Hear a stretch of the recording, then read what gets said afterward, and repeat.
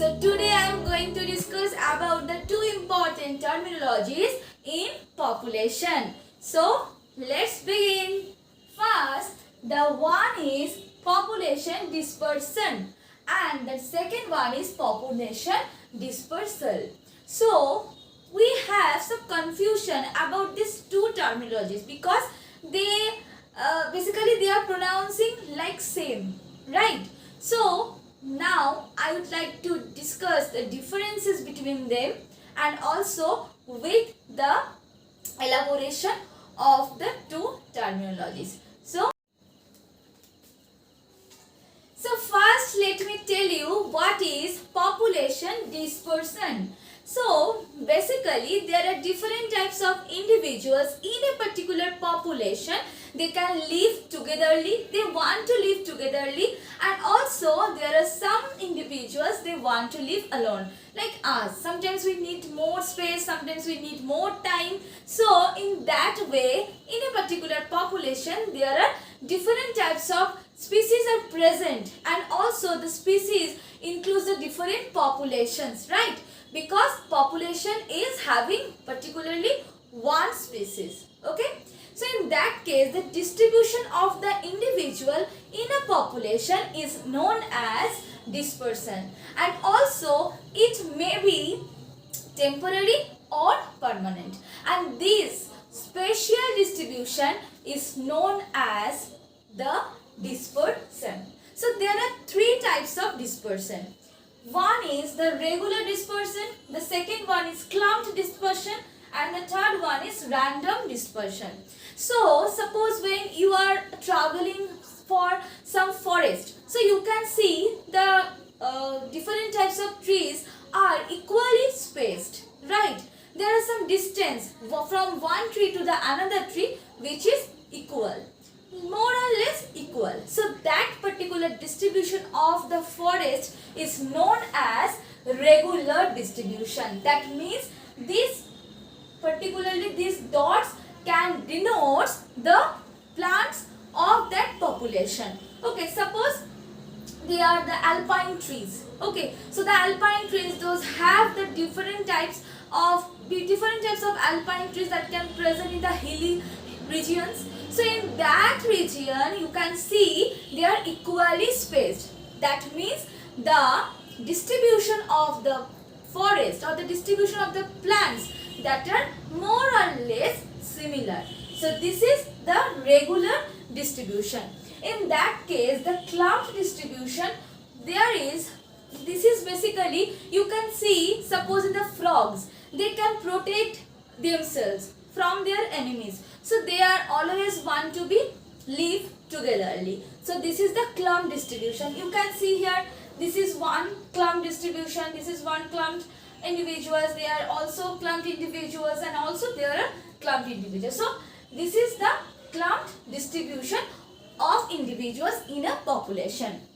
And the last one is random. There are no particular pattern of the population basically. So sometimes they can live togetherly, sometimes they can live equally spaced or not equally spaced, and randomly. They can live randomly. Someone's placed to the territory, someone can place to the central part of the population. So this is basically the random dispersion. So these are the three dispersion which we have seen in the population, and also this is the spatial distribution. Okay, how they can live, how they can behave to live that particular nature or that particular environment. And the second one is the population dispersal. So sometimes many of the species can travel from one place to another for foods or to protect themselves from enemy or something other reasons. So in that case, some people or some organisms can enter to the population, and some organisms can leave the populations. But the leaving or the entering in the population or out of the population, there are some specific reasons sometimes. Like I have already told, that is the hunting, or they want to take food for their child. So this is basically the reasons. So due to this some reasons or some natural disaster is happening in that particular area, so that they want to leave, they want to run from that place or from that population. So it does not affect very much to the population size, because so many less number of individuals can migrate from one place to another. So when they enters to the population, this is known as immigration, and when they leave the population, this is they are leaving, these organisms leave the population, so this is the immigration. So this is basically a periodic duration or the a periodic nature of the population. Suppose in the winter some birds are traveling from one place to another to prevent themselves from the low temperature. So this is, they are called migratory birds, right? So this is there is the reason, basically the migration, for the migration the reason is to prevent themselves from the very much winter, right, or the winter environment. So this is basically the population dispersion.